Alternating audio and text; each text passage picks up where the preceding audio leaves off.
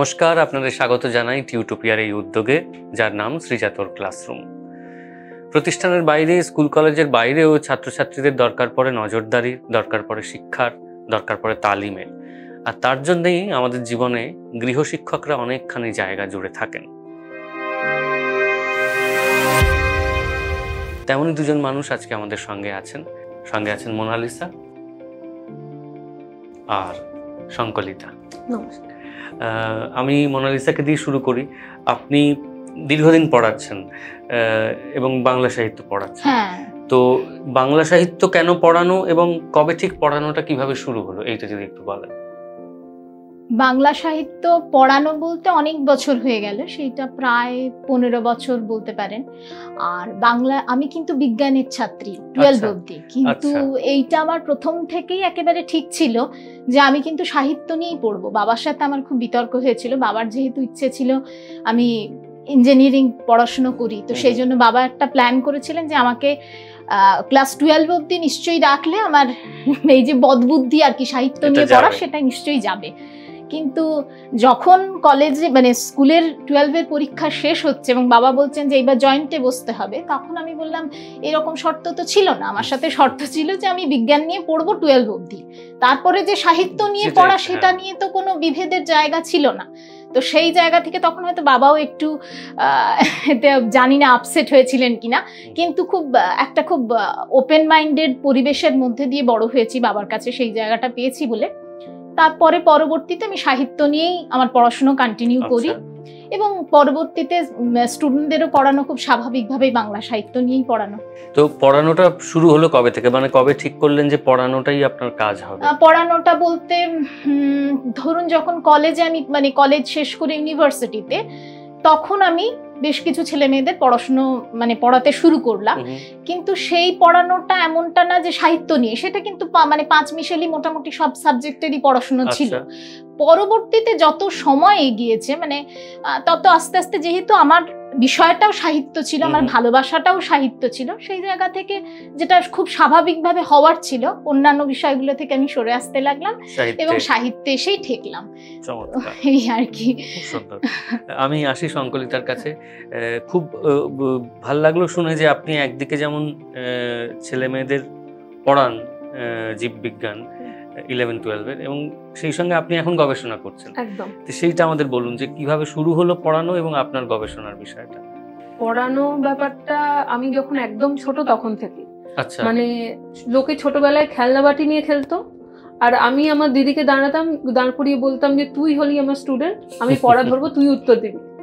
তো আমাদের ওইটাই হচ্ছে প্রথম খেলার জিনিস, যে আমি পড়া ধরছি, কেউ উত্তর দিচ্ছে, আমি ওকে হোমওয়ার্ক দিচ্ছি, ও সেটা নিয়ে গিয়ে আমাকে বলছে যে দেখ এটা করে এনেছি। তো খুব মামুলি খেলার ছলেই পড়ানোটাকে ভালো লাগতো। তো কি পড়বো তখনও ঠিক করিনি, কিন্তু পড়াবো এটা অনেক আগে ঠিক করেছিলাম। কারণ বরাবরই দেখেছিলাম যারা পড়াচ্ছে তারা হাজার হাজার মানুষের মন দখল করে আছে। তো আমার এতগুলো মন জয় করার খুব ইচ্ছে ছিল। চমৎকার। তো আমি দেখেছিলাম যে দেখুন, আমি ছোট থেকে টিভি, সিরিয়াল, সিনেমা কিচ্ছু দেখতে পাইনি। মা একদম টিভির ধারে বারে যেতে দিত না। আর বাড়িতে দিদারাও ছিলেন, ওরা কন্টিনিউয়াসলি আমাদের এটা বলতেন যে এটা হচ্ছে বোকা বাক্স, বোকা হয়ে যাবে। তো একদম ডিজিটাল ওয়ার্ল্ড একদম ছিল না ছোটবেলায়। কিন্তু স্কুলে খালি টিচাররা বোঝাতেন যে কিভাবে পড়তে হয়, কিভাবে আরো বড় হতে হয়। আমি ওনাদেরকে দেখতাম আর ভাবতাম কিভাবে এতগুলো হৃদয় জয় করতে হয়। মানে সেই ক্ষেত্রে পর্দার নায়ক নায়িকার চেয়ে আপনার কাছে জীবনের নায়ক নায়িকারা তারাই ছিলেন। অনেক অনেক বেশি মন জুড়ে ছিল। তো এখনো আমার তাই আছেন। আর আমার এখন দেখলে ভালো লাগে, আমার ছাত্রছাত্রীরা একদম একই রকম ভাবে আমার মন জুড়ে আছে, যেমন আমিও তাদের মন জুড়ে আছি। চমৎকার। এই মানে আত্মীয়তা আমি ওদের মধ্যে যেভাবে খুঁজে পাই, সেটা আমাকে আমার গবেষণাতেও অনেকটা অনুপ্রাণিত করে। আমি আপনার গবেষণার প্রসঙ্গে আসবো। আরেকবার আপনাকে জিজ্ঞেস করি যে আপনি বলছিলেন যখন আমাদের আড্ডা হচ্ছিল যে শুধু বইয়ের পড়া নয়, জীবনেরও একটা পাঠ আছে যেটা ছাত্রছাত্রীদের দিতে হয়। আপনি কিভাবে নিজের ছাত্রী জীবন এবং এখন যে শিক্ষক জীবন, ছাত্রছাত্রীদের কিভাবে বইয়ের বাইরের দুনিয়াটাকেও পরিচিত করান? এইটা করাই বলতে এটা যে শুধু ওদেরকে করাই মানে ওদেরকে শেখাই এমনটাই নয়, আমি নিজেও কিন্তু ওদেরকে পড়ানোর ভেতর দিয়ে আমি অনেক কিছু শিখি। কারণ ওই যেটা আপনাকে একটু আগেই বলছিলাম যে আমি যে আমার যে মানে ছেড়ে আসা সময়ের সঙ্গে সঙ্গে তো নিরন্তর আমাদের পরিবর্তন ঘটছে, আমার আমিকে খুঁজে পাই না, সেই ফেলে আসা আমিকে আর কি। তো চেষ্টা করি যে এই সমস্ত যাদের মানে আমার কাছে তো তারা সন্তানেরই মতো মনে হয়, তো সেই রকম তাদের সাথে থাকতে থাকতে তাদের কাছ থেকেও শেখার চেষ্টা করি। আর দ্বিতীয় যে বিষয়টা যেটা আপনি আমায় বলছেন সেইটা আমার মনে হয় যে আমি যখন পড়াশোনা করি অনেক জিনিস আমার খুব মনোটোনাস লাগতো, মনে হতো যে মানে এর প্রসঙ্গটা আমি ঠিক উদ্ধার করে উঠতে পারতাম না, যে এই পড়াটার উদ্দেশ্যটা কি সেইটা আমাকে পরবর্তীতে মনে হয়েছে। পরে যখন একটা সময় এলাম তখন বুঝতে পারলাম তার কেন সেই পড়াটা ছিল, অবশ্যই তার একটা প্রয়োজনীয়তা ছিল, পার্সপেক্টিভ ছিল, কিন্তু সেই বোঝানোটা তখন মনে হয়েছে যদি কেউ একটু বুঝিয়ে দিত তাহলে হয়তো সেই ভালো লাগাটা নিয়ে পড়া যেতে পারতো, তো পড়া যেতে পারতো। তো সেইটাই চেষ্টা করি যে জীবনটাই তো একটা বিরাট বড় পাঠশালার মতো, তো লেখাপড়া তো নিশ্চয়ই থাকবে, সেই প্রাতিষ্ঠানিক মানে শিক্ষাগত যে বিষয়গুলো সেগুলো তো নিশ্চয়ই থাকবে, কিন্তু সেইটা সাথে সাথে চলতে চলতে কেমন করে সেইটা আমাদেরকে জীবনেও চলতে সাহায্য করে, ভুল ত্রুটি ঠিক বিচ্যুতি সমস্ত কিছুগুলো দেখিয়ে দিতে পারে, সেইটা আমি ছেলে মেয়েদেরকে চেষ্টা করি যে সেই পথটুকু যেটুকু সুযোগ থাকে কোনো একটা মানে ছুতো খুঁজেনি যে ছেলে মানুষ তাদেরকে কিরম ভাবে বোঝানো যায়, কিন্তু আমি এটা সবসময় চেষ্টা করি। চমৎকার। সংকলিতা, আপনি গবেষণাও করছেন একই সঙ্গে, আপনার গবেষণা যদি সরল করে বলেন কি নিয়ে? আমার গবেষণার বিষয় হলো ডায়াবেটিক রেটিনোপ্যাথি। আচ্ছা। অর্থাৎ ডায়াবেটিসের কারণে বিভিন্ন ধরনের সমস্যা হয়, কারোর কিডনির সমস্যা হয়, কারোর নিউরো সমস্যা হয়, আবার চোখের পর্দা মানে রেটিনারও বেশ কিছু সমস্যা। তো আমার বিষয় হলো রক্ত পরীক্ষার মাধ্যমে অনেক আগেই একটা ইঙ্গিত দেওয়া, একটা সাবধান বার্তা দেওয়া, যাতে যাদের ডায়াবেটিস আছে তাদের রেটিনোপ্যাথি হওয়ার সম্ভাবনা আমি বুঝতে পেরেছি যে এত %, ফলে কিভাবে তারা নিজেদের জীবনযাত্রাটাকে চেঞ্জ করতে পারলে তাদের জীবনটা আরো সুন্দর হবে এবং দৃষ্টি হারাবে না। কারণ সুগার নিয়েই তো আমাদের চলতে হবে, কিভাবে জীবনটাকে এগোতে হবে যাতে সারা জীবন দৃষ্টিশক্তি। তো আপনি এত কঠিন একটা বিষয়ে গবেষণা করে আবার ছাত্রছাত্রীদের পড়ান, একদম সেই রুটিনটা কিভাবে মেইনটেইন করেন? দেখুন, এই রুটিনটা কঠিন একটু, কিন্তু সোম থেকে শুক্র আমার খুব ভালো যায়, কারণ শনিবার আর রবিবার সকাল হলে দফায় দফায় এক ঝাঁক করে মুখ আসে আচ্ছা আমার কাছে, এবং ওরা অনলাইন ব্যাপারটা কোভিডের সময় পছন্দ করতো না, কারণ মুখ দেখে চোখের সামনে থেকে সেই পড়ানোটার এটার আলাদা মাধুর্য ছিল। এটা আবার খুব অন্যরকম যে আমি যখন দেখলাম ওদের সংখ্যা বেড়ে গেছে, আমি আমার ঘরটা যেহেতু ছোট, আমি একটা অন্য ঘরের ব্যবস্থা করতে চাইছিলাম, ওরা আমার বাড়িটাকে ছাড়বে না। আমি কিছুদিন আমার বাড়ি থেকে অন্য বাড়িতে থাকলে ওরা আমাদের বাড়ির গলি দিয়ে রাস্তা দিয়ে যেত, আমাকে নাকি ওরা ওখানেই খুঁজে পেত, তো আমার ফ্ল্যাটে ওরা আমাকে দেখতে পেত না।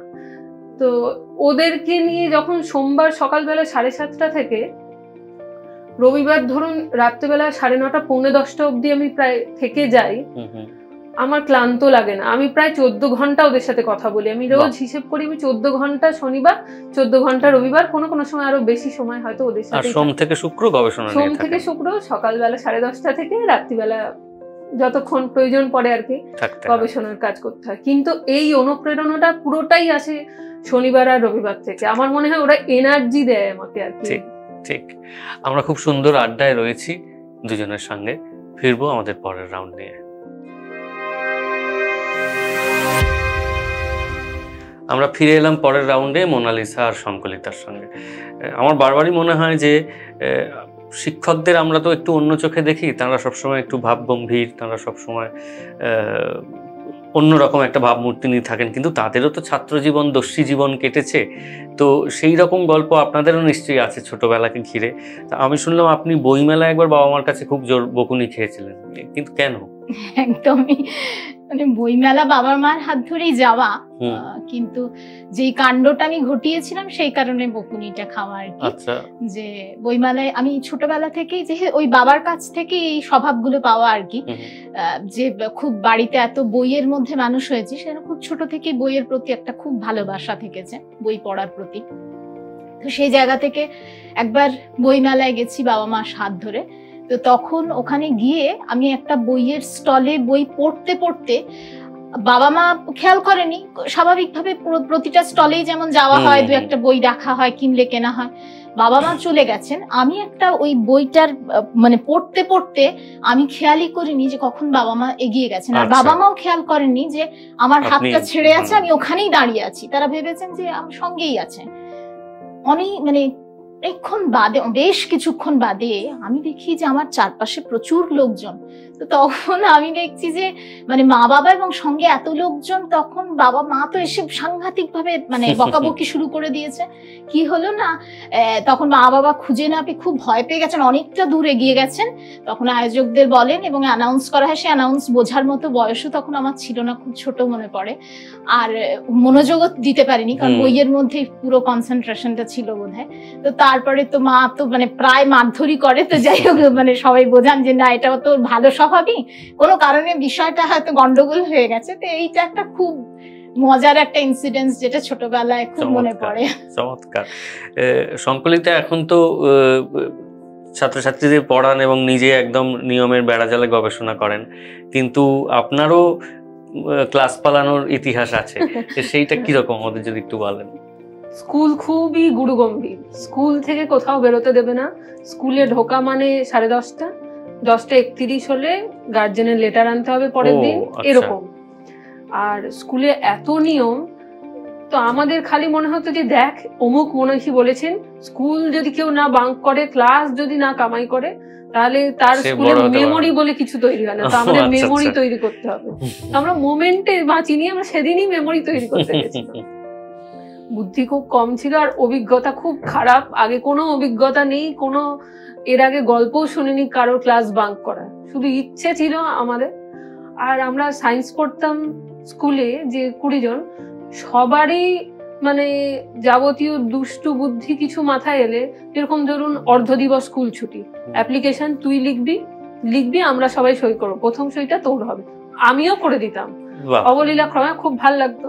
এবার এই বুদ্ধিটা একবার মানে ওদের যা শাস্তি ভোগ করতে হয়েছে, মানে আমারই দায় ছিল ব্যাপারটাতে, যে আমি বলেছিলাম যে এই অভিজ্ঞতা আমাদের নিতেই হবে। সময় শেষ হয়ে যাচ্ছে, ক্লাস 12, আর কবে পালাবো? হ্যাঁ, আর পালানোর সময় নেই। অ্যাসিস্ট্যান্ট হেডমিস্ট্রেসের ক্লাস, তো বুদ্ধি কম। আর্টসের ক্লাস, ইংলিশ ক্লাস আর কি কমন রুমে হচ্ছে। ব্যাগ সবার, সায়েন্সের সবার ব্যাগ হচ্ছে তাদের ক্লাসের বেঞ্চের জায়গায়, এদিকে সবকটি মানুষ হাওয়া, বাকি সব জায়গাতে বেঞ্চ আছে, স্টুডেন্ট আছে, আমাদের ফাঁকা ব্যাগগুলো পড়ে আছে। এবার এই ফাঁকা ব্যাগগুলো দেখে আর চেনা মুখগুলো না দেখতে পেয়ে আমাদের হেডমিস্ট্রেস সায়েন্সের ঘরে গেলেন। অন্ধকার করে দিয়েছি ঘর, আর 20 জনের বসার মতো জায়গা। আমরা কেউ হাই বেঞ্চে, কেউ লো বেঞ্চে শুয়ে, বিভিন্ন ধরনের গান হচ্ছে, কেউ নাচ করছি। এরকম একটা অদ্ভুত পরিস্থিতি।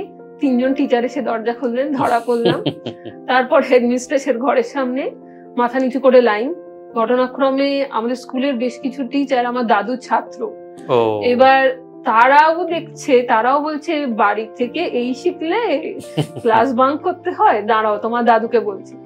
এ মানে এক অদ্ভুত লজ্জাজনক বিষয়। স্কুলে সবাই আসছে যাচ্ছে, দেখছে 3-4 জন দাঁড়িয়ে আছে, কন্টিনিউয়াসলি বলছে আর কোনোদিনও হবে না, আর কোনোদিনও হবে না। আর টিচার বলছে আর তোদের হওয়ার সময়ও নেই, এইবারেই দেখা হবে ব্যাপার। না, কিন্তু এটা খুব ভালো যে দেখুন সত্যি তার মানে মেমোরি তৈরি করতে পেরেছিলেন। একদম, কারণ এতদিন পর আপনি এখানে বসে সেই ঘটনাটাই বলছেন। ও আমাদের ওইটাই প্রচন্ড আনন্দের ছিল। এবং হাস্যকর ব্যাপার হচ্ছে যে টিচারের ক্লাস বাঙ্ক করেছিলাম, তিনি ঘটনাক্রমে আমাদের 2 বছর আগে দেখা হয়েছিল, স্টেশনে দাঁড়িয়ে প্রথম আমাকে জিজ্ঞাসা করেছিলেন যে কিরে তো স্টুডেন্টরা তোর ক্লাস বাঙ্ক করে? আমার উত্তর নেই, কিন্তু হ্যাঁ মানে আমার ক্লাস বাঙ্ক করে হয়তো, কিন্তু আমাকে জানিয়ে করে, আমাকে না জানিয়ে করে না। মানে আপনারা তো অত বকতেন না, কিন্তু আমি খুব করা হয়তো আমাকে জানিয়ে করে। আমরা দারুণ একটা আড্ডার মধ্যে আছি দুজনের সঙ্গে, আরো অনেক গল্প হবে, কথা হবে। তার আগে ছোট্ট একটা বিরতি।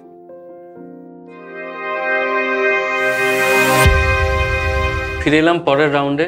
আপনাদের দুজনের কাছেই ছোটবেলার আরো কিছু স্মৃতি জমা আছে। তো আপনি ভূগোল ক্লাসে পাখি ধরার জন্য কান্না জুড়েছিলেন, এটা আমি পড়ে বুঝলাম না যে কি বিষয়, সেটা যদি আমাদের একটু বুঝিয়ে বলেন। আসলে মানে এখন মনে হয়, তখন মা খুব বলতো, তখন মায়ের ওপর ভীষণ রাগ হতো, কিন্তু এখন যত নিজেও বড় হয়েছি তখন মনে হয় সত্যি খুব অবাধ্য ছিলাম আর কি, নাহলে এইরকম কাণ্ড কখনো কেউ করতে পারে না। তো আসলে ভূগোলের যিনি আমাকে পড়াতেন স্যার খুব গোবেচারা ছিলেন আর ভীষণ ভালো মানুষ ছিলেন। তো বাড়িতেই পড়াতে মানে স্যার আসতেন। তো তখন মনে পড়ে যে একদিন একটা ঘরের মধ্যে একটা পাখি ঢুকে গেছে, ছোট পাখি। তো আমার সব ভূগোল এমনিও আমার খুব বেশি প্রিয় ছিল না, কারণ ম্যাপ পয়েন্টিং আমি খুব খারাপ ছিলাম, সেই জন্য স্বাভাবিকভাবে পাখির দিকে আমার নজর গেছে। তখন আমি স্যারকে বলি যে ওই পাখিটা আমায় ধরে দিতে হবে। তো স্যার তো খুব স্বাভাবিকভাবে, মানে আমাকে স্যার এসেছেন পড়াতে, এমন প্রশ্নের পাখি ধরা, তো উনি কিছুতেই আমায় বোঝাতে পারেন না যে এই পাখি তো কখনো ধরা যায় না। মানে উনি এমনটা বলেননি আমায় যে পাখি ধরবেন না, উনি বলছেন পাখি কেমন করে ধরা যায়, পাখি তো উড়ে বেড়াচ্ছে। তখন আমি মানে একটা টাওয়েল ছিল বলি ওইটা দিয়েই তাহলে আমায় ধরে দিন। যাই হোক এইসব করে মানে স্যার মানে পুরো কান্না টান্না জুড়ে দিই, এবং আলটিমেটলি উনি চেষ্টা করেন, কিন্তু তো পরবর্তীতে মানে সেটা তো সম্ভব হয়নি, যেটা হওয়ার ছিল সেটাই হয়। যেটা হয় যে মায়ের থেকে আমার কপালে মার জুটেছিল, এটা মানে শেষ অবধি পাখি আর পেলাম না। পাখি তো ধরা যায়নি, কিন্তু মা আপনাকে ধরেছিলেন। একদম। আচ্ছা, আর আপনার অঙ্কের স্যারের সঙ্গে কিছু একটা অভিজ্ঞতা আছে যে আপনি প্রচুর খাওয়া দাওয়া করে তার কাছে পৌঁছেছিলেন, এরকম কিছু একটা আমি শুনলাম, সেটা পুরোটা কি? প্রথম যখন পড়তে ঢুকলাম, সায়েন্সের ক্লাস হচ্ছে 8 ক্লাসে, আমি প্রথম অঙ্ক নিলাম। অঙ্কর জন্য টিচার আলাদা করে, বাকি সব সাবজেক্ট মাই পড়াতো। এবার অঙ্ক পড়তে যাচ্ছি, তখন শীতকাল, দুপুরবেলা মানে ঘুমোনো আমাদের অভ্যেস, এদিকে স্কুল ছুটি বলে টিচার ডেকেছে উইন্টার ভ্যাকেশনের টাইমে যে 11টা থেকে পড়াবো। 10:30টার সময় ভাত, মাছ, ডিম এই ওই করে মা যত্ন করে খাইয়েছে, চান টান করেছি, ভালো করে চুল আঁচড়ে দেওয়া হয়েছে, মানে খুবই আরামদায়ক একটা সিচুয়েশন।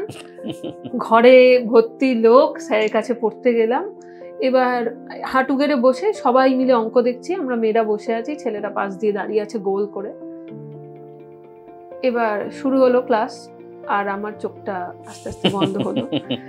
এবার এইটা তো বোঝানো যাবে না যে আমি ঘুম পেয়েছে, তো প্রথম কিছুক্ষণ বোঝার জন্য ঘুমের সাথে সাথে ঘাড়ও নাড়াতে থাকছিলাম, চোখ বুঝে শুনছি, বুঝছি। এবার স্যার ভাবছে যে মেয়েটা পড়তে তো ভালোবাসে, শুনছিলাম তাহলে ভালোবাসছে, অন্তস্থ করছে, আর মনে মনে ভাবছে এরকম কিছু স্যারও ভেবেছিলেন। তো এই অভিনয়টা বেশিক্ষণ চলেনি, একদম সামনেই ছিল হচ্ছে অঙ্কের খাতাটা, একদম মাথাটা ঠকাস করে গিয়ে ঠুকলো অঙ্ক খাতার ওপরে। সবাই বললো যা যা যা যা, শঙ্করিতার মাথা বুঝি ঘুরে গেল, ও মাথা ঘুরে পড়ে গেল। এবার ঘটনাচক্রে আমার ঘুম এত বেশি ছিল যে আমি তাতে রিয়েলাইজ করিনি। ওরা আমাকে শুয়ে দেওয়ার পরে যখন চোখটা আমি খুললাম, তখন আমার মনে হলো এইটা তো বুঝতে দেয়া যাবে না যে আমি ঘুমিয়ে গেছি, ঘুমিয়ে কাদা। তো আমি বললাম হ্যাঁ আসলে শরীরটা খুব খারাপ, এদিকে শরীরে কোনো অসুবিধা নেই, আমি জানি যে আমার কি অবস্থা। তো এই ঘুম আমার পেছন ছাড়েনি কখনোই। মানে আমি কলেজ থেকে আন্দামান বেড়াতে গিয়ে আন্দামানের সি বিচে শুয়ে ঘুমিয়ে গেছিলাম। চমৎকার, এটা একটা আশীর্বাদ, কিন্তু সবার এমন ক্ষমতা থাকে না। মানে সারাদিন যাই কাজ হোক না কেন, বিছানায় পড়লেই ঘুম। চমৎকার। আমাদের এমন আরো গল্প কিছু আছে, সঙ্গে থাকুন আপনারা। ফিরছি শেষ রাউন্ডে।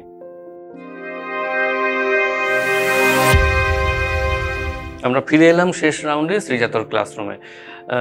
পড়ানোর বাইরে, গবেষণার বাইরেও তো শখ আছে। তা আমি শুনলাম আপনার খুব অন্যরকম একটা শখ, সেটা হচ্ছে যে ওয়াইল্ড লাইফ ফটোগ্রাফি। তো সেইটা নিয়ে আপনার একটা খুব দারুণ গল্পও আছে মনে রাখার মতো, সেটা যদি একটু সংক্ষেপে বলেন আমাদের। আসলে এই যে ফটোগ্রাফির ইচ্ছেটা, এটা ওই শিক্ষক থেকে অনুপ্রাণিত হয়ে। আচ্ছা। এবার শিক্ষক শেখালেন, পড়াতে পড়াতে শেখালেন যে বাইরে ওই পাখিটা ডাকছে, ওটা কি রে? আমরা বলছি টুনটুনি, বুলবুলি। স্যার অন্য একটা পাখির নাম বললেন, ব্যাস শখটা ভালো করে রক্তে চলে এলো আর। এবার ফটোগ্রাফি শুরু হলো। বিএসসির সময়, মানে আমার গ্র্যাজুয়েশনের সময় ফটোগ্রাফির নেশাটা অল্প অল্প মাথা চাড়া দিয়েছে, আর এমএসসির সময় সেটা সপ্তম। আচ্ছা। আমার সাবজেক্ট ছিল জেনেটিক্স, মলিকিউলার বায়োলজি, আর ঘুরতে চলে গেছিলাম ইকোলজি, এনভায়রনমেন্টাল বায়োলজিদের সাথে। ওদের স্পেশাল পেপার, ওদেরকে কাজে গাইড করব, ওদেরকে বিভিন্ন পাখি চেনাবো, এটা আমার খুব ইচ্ছে ছিল, আর আমাদের স্যারেদেরও খুব ইচ্ছে ছিল যে ও যাক, ও যেতে চায় ও যাক।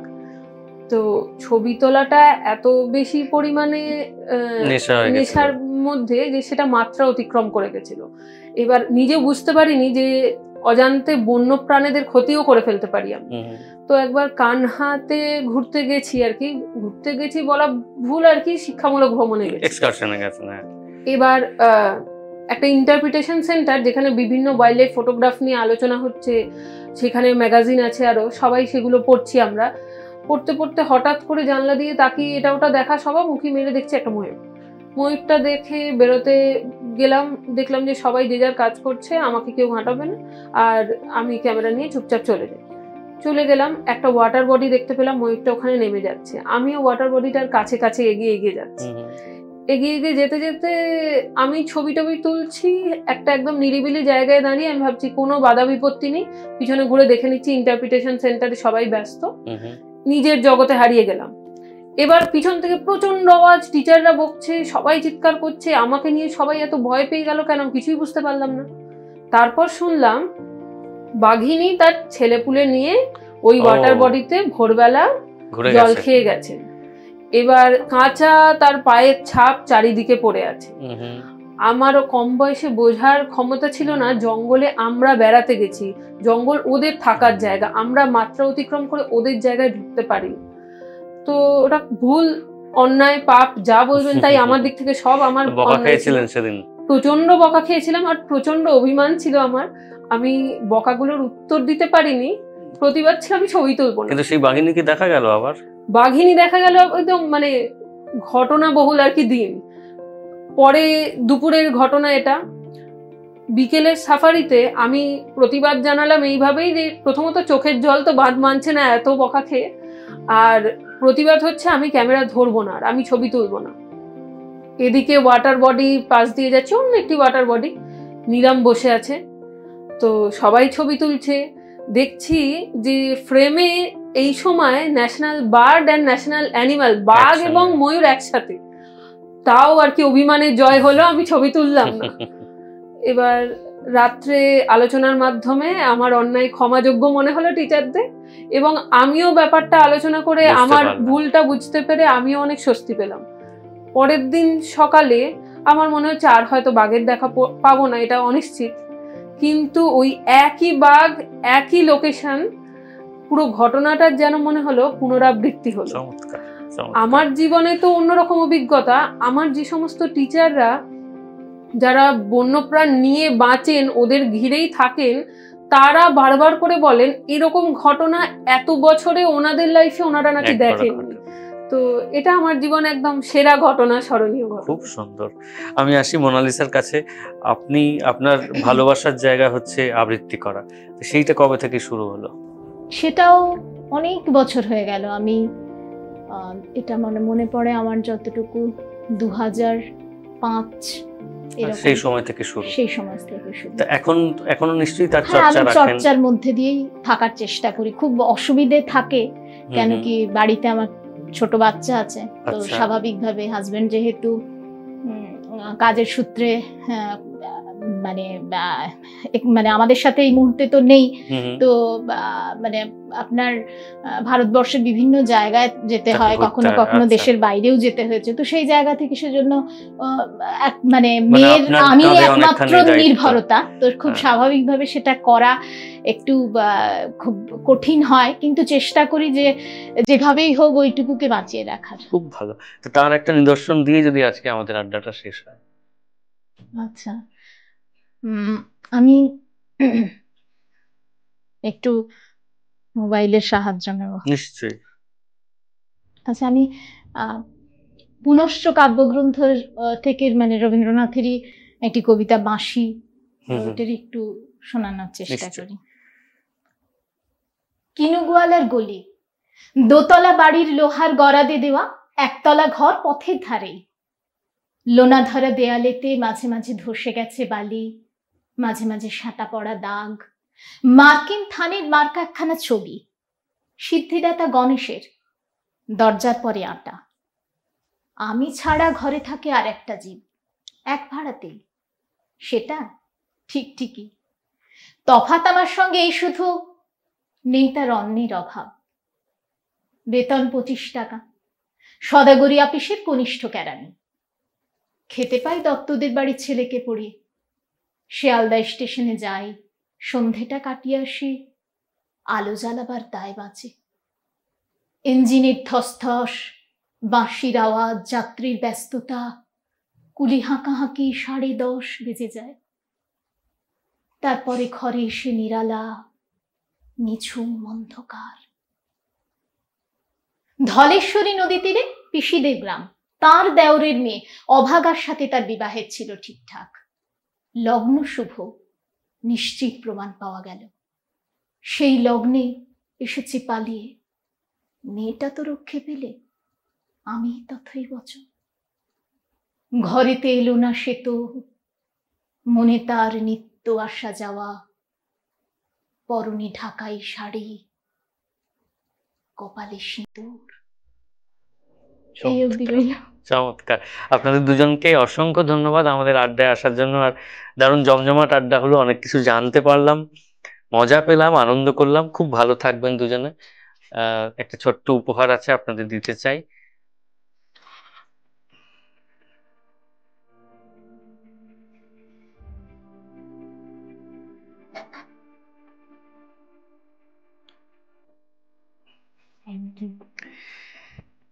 আপনারা যারা দেখছেন নিয়মিত শ্রীজাতর ক্লাসরুম, তারা এমনই সমস্ত আকর্ষক পর্বের জন্য আমাদের সঙ্গে থাকুন।